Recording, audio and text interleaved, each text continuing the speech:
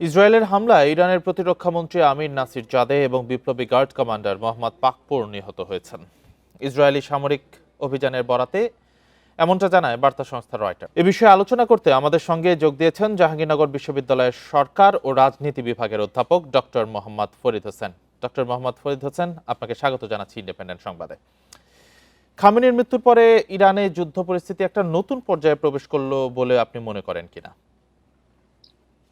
আমাকে যুক্ত করার জন্য ধন্যবাদ। দেখেন, একটি বিষয় যে আমরা আ যেটি আ মনে করছি সেটি হলো যে মার্কিন যুক্তরাষ্ট্র এবং ইসরায়েলের যে জয়েন্ট যে এয়ার স্ট্রাইক তার ১ম দিনই হয়তোবা খামেনি মৃত্যুবরণ করেছিল। বাট আ আপনার যেটি জানি সেটি হলো যে হয়তোবা এমনটি হতে পারে IGRC, আ IRGC এবং তারা হয়তো স্ট্র্যাটেজিক ভিশন এর জন্য বিশেষ করে এই যে সাইকোলজিক্যাল একটা বড় ইমপ্যাক্ট হতে পারে বিশেষ করে সোলজারদের উপরে।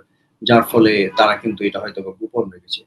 তবে এই জায়গায় একটি বিষয় দেখেন যেটি হলো যে এই ইরানের যে আ তার যে পাল্টা হামলা বিশেষ করে আ আ গলফ স্টেট গুলোতে যে আপনার মার্কিন যে সামরিক ঘাঁটিগুলো রয়েছে বিশেষ করে যে আপনার মিলিটারি বেস গুলো রয়েছে সেই জায়গায় তার যে ডেসপারেটলি হামলা সেটি কিন্তু আ আন্দাজ করা যাচ্ছিল যেটা হলো যে তার অভ্যন্তরীণ ক্ষয়ক্ষতির পরিমাণ অনেক বেশি এবং খামেনির মতো বিশেষ করে প্রধান আ পলিটিক্যাল লিডারশিপকে হারানো নিঃসন্দেহে ইরানের সবচেয়ে বড় ক্ষতির তালিকায় থাকবে।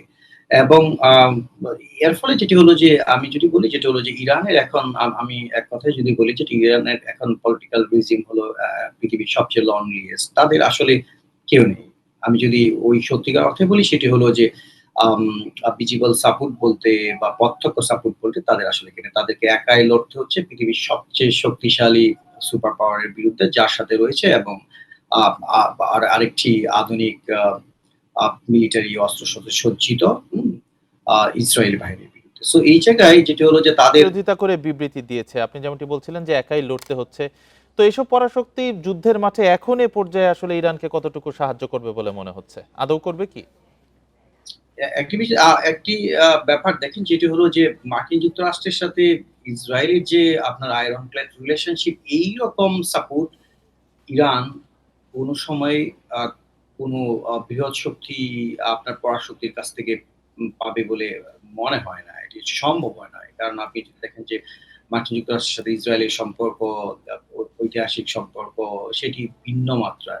এবং আম আ যেটি আপনি যদি বলেন যেটি হলো যে আমরা যেটি এক্সপেক্ট করছে বিশেষ করে ইরানের পলিটিক্যাল রিজিম যেটি সবচেয়ে বড় আপনার প্রত্যাশা সেটি হলো যে আ রাশিয়া অথবা চীন তাদেরকে সহযোগিতা করবে। বাট তারা আ সরাসরি প্রত্যক্ষ যুদ্ধে অংশগ্রহণ বা আপনি যদি বলেন যেটা হলো যে স্ট্র্যাটেজিক কৌশলগত বিষয়ে সরাসরি আপনার সাহায্য বা সহযোগিতা সাপোর্ট সেটি কিন্তু রাশিয়া কিংবা আ বেইজিং তারা কিন্তু করবে না। তারা যেটি করতে পারে সেটি হলো যে তাদের আপনি যদি বলেন যে উইপনের যে সাপ্লাই চেইন সেটি ঠিক রাখার জন্য হয়তোবা তারা তাদের আম দা যে এভেইলেবল যে মিলিটারি উইপনস রয়েছে সেগুলো হয়তোবা তারা আম সাপ্লাই দিতে পারে বিশেষ করে যুদ্ধকালীন সময়ে। তার বাহিরে আমার মনে হয় না যেটি হলো যে আ সামরিক সাপোর্ট সরাসরি সেটি বেইজিং কিংবা আপনার মস্কো থেকে পাবে বলে মনে হয় না। আচ্ছা, ব্রিটেন সহ পশ্চিমা অনেক দেশ যে প্রতিক্রিয়া দেখিয়েছে তাতে হামলার শিকার ইরানকেই একরকম দোষারোপ করা হয়েছে। এটাকে ডাবল স্ট্যান্ডার্ড বলবেন কিনা আপনি? না, ডেফিনিটলি যেটি হলো যে আমি ডাবল স্ট্যান্ডার্ড বলব না এইজন্য যেটি হলো যে আপনি যদি দেখেন যে মার্কিন যুক্তরাষ্ট্র এবং ইসরায়েলের যে ইউরোপিয়ান মিত্র তাদের অবস্থান বরাবরই একই। আ সেই জায়গায় আপনি যদি দেখেন যে ইরানের যে আ আ বিশেষ করে এখন সরকার এবং আয়াতুল্লাহ খামেনির নেতৃত্বে যে সরকার ছিল, সেটিকে বরাবরই কিন্তু তারা কিন্তু অস্বীকার করে আসছে। সেটিকে তারা অবৈধ রিজিম, সেটিকে তারা সন্ত্রাসবাদী রাষ্ট্র বা সরকার ব্যবস্থা হিসেবে কিন্তু বরাবরই চিহ্নিত করে আসছিল। বাট এই জায়গায় যেটি হলো যে একটি জায়গায় যে আন্তর্জাতিক রাজনীতির স্থিতিশীলতা, অর্থনৈতিক স্থিতিশীলতা থেকে শুরু করে সারা বিশ্বকে আসলে এই যে সম্ভাব্য যে আপনার আ আ বিপর্যয় সেটি থেকে এড়ানোর জন্য কিন্তু ইউরোপিয়ান সহ অন্যান্য বৃহৎ শক্তিগুলোকে দায়িত্বশীল ভূমিকা পালন করতে হবে। সেই জায়গায় আপনার এই নিরপেক্ষ বা আপনি যদি বলেন যে ভিত্তিতে সমঝোতা না হলে কিন্তু এটি সবার জন্যই বিপর্যয়। শুধু ইরান বা মিডল ইস্ট এর জন্য না, এটি পৃথিবীর জন্য বড় ধরনের বিপর্যয় ডেকে আনতে পারে, বিশেষ করে অর্থনৈতিক থেকে শুরু করে বিমান পরিষেবা, জ্বালানি মূল্য বৃদ্ধি সবকিছু। এটার ইমপ্যাক্ট কিন্তু আপনার মিডল ইস্ট সবকিছুরই একটা ছাড়াও ইম্প্যাক্ট কিন্তু মিডল ইস্ট ছাড়াও আশেপাশে পড়তে পারে। তো আঞ্চলিক শক্তি হিসেবে ইরানের যদি প্রস্থান হয় এই আগ্রাসনের পর, তো তাতে কি মধ্যপ্রাচ্যের ভূ রাজনীতিতে কোনো পরিবর্তন আসতে পারে?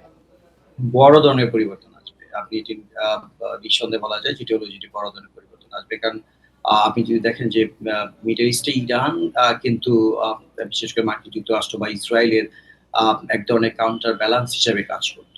ইরানের পলিটিক্যাল রিজিমের কিন্তু সেই সাহস বা তাদের সেই সামরিক সক্ষমতা ছিল। বাট আ আ আপনার ইরানের বিশেষ করে খমেনির রিজিমের পতনের পর আ যদি পতন হয় সেই জায়গায় কিন্তু মিডল ইস্টের জিওপলিটিক্যাল, জিওস্ট্র্যাটেজিক আপনার বড় ধরনের শিফট আসবে আম এবং আমি মনে করব যেটি হলো যে মার্কিন যুক্তরাষ্ট্র এবং তার মিত্রদের উপস্থিতি এবং মিডল ইস্টে তাদের প্রভাব আরো অনেক বেশি বৃদ্ধি পাবে। এবং ইসরাইল কিন্তু নতুন শক্তি হিসেবে আবির্ভূত হবে এবং মার্কিন যুক্তরাষ্ট্রের আ প্রত্যক্ষ ছত্রছায়ায় কিন্তু ইসরায়েল মিডল ইস্টে আপনি বলতে পারেন যে মিডল ইস্টের সুপার পাওয়ার হিসেবে আবির্ভূত হওয়ার সম্ভাবনা রয়েছে যদি ইরানিয়ান আপনার এই সে রিজিমের যদি ফল হয়। অন্যদিকে সৌদি আরাবিয়া থেকে শুরু করে অন্যান্য যে আঞ্চলিক শক্তি রয়েছে বিশ্বের মিডল ইস্টে বা মিডল পাওয়ার রয়েছে তাদের কেউ কিন্তু আ ইসরায়েলের সাথে কিন্তু তাদেরকে অর্থাৎ ইসরায়েলের আধিপত্য অনেক অনেক বেশি বিস্তৃত হবে এটি বলতে চাচ্ছেন। ডক্টর মোহাম্মদ ফরিদ হোসেন, আপনাকে অনেক ধন্যবাদ আমাদের সাথে যুক্ত হওয়ার জন্য।